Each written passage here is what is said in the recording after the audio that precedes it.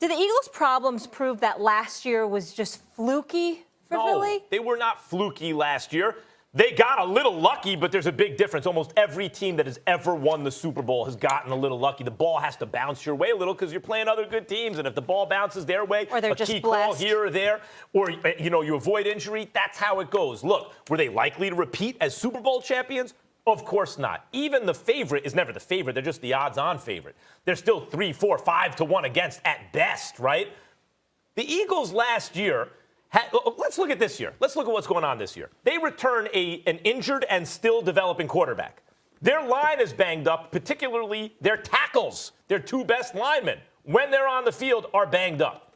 They lost their entire running game, 1 to free agency, 2 to injury. Yeah. They lost their speed guy on the outside.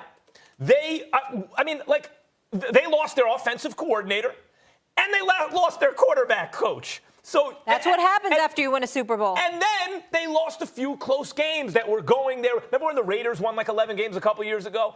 You knew they really weren't that good because when you win super close games on a lucky bounce here and there, that tends to reverse itself, and now you lose those games or you don't win them all. So all those things have conspired to keep the Eagles as a 500-ish team. Fundamentally, they're a very good team. Going forward, I like their future. They won the Super Bowl on the merits last year. That was not a fluke. They're unlucky now.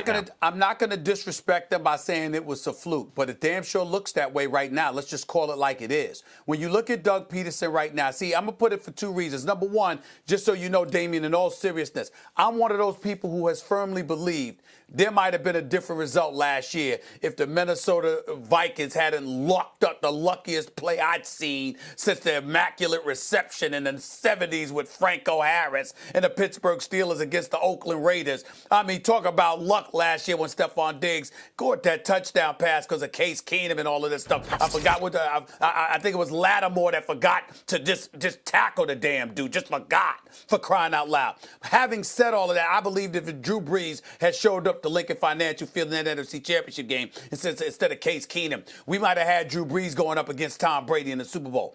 Having said that, here's the biggest indictment against Doug Peterson that I'm going to throw your way.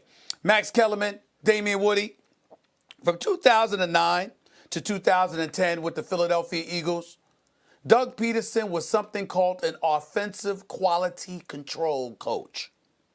Then he became the quarterback coach over the next 2 seasons.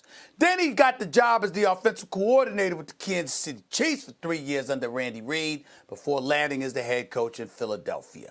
My point is, everything about you has been offense. Why is your offense ranked 21st now from 4th last year? We can look at a lot of different things. I get it. Jason Peters wasn't what he used to be. Lane Johnson's been in and out. I get that. I understand Jay Ajayi goes down. Corey Clement's still there. You moved, but you decided to move on from LeGarrette Blount because you had Corey Clement Sproles and Wendell Smallwood. Too. You still have Nelson Aguilar. You still have Alshon Jeffries. You still have Zach Ertz. Okay, you acquired Golden Tate. I'm looking at the Philadelphia Eagles, and I'm viewing, regardless of their woes defensively, particularly with the injuries in the secondary, the latest being to Darby, I'm looking at them having scored more than 24 points once this entire season. Inexcusable. Inexcusable with the weapons they have. Inexcusable. I'm looking at Doug Peterson because of that reason. Well, listen, you would never hear me disrespect anyone for winning a Super Bowl. Right. When you win a Super Bowl, 3 things got to happen for you. Number 1, you got to play well. Number 2, you got to have good health. And number 3, you got to have a little luck on your side. All those 3 combined in a perfect storm, and Philadelphia rode it to the Super Bowl. God bless them for that. Now, what I've also said is the year after a Super Bowl is literally the hardest year that you could possibly have, because guess what?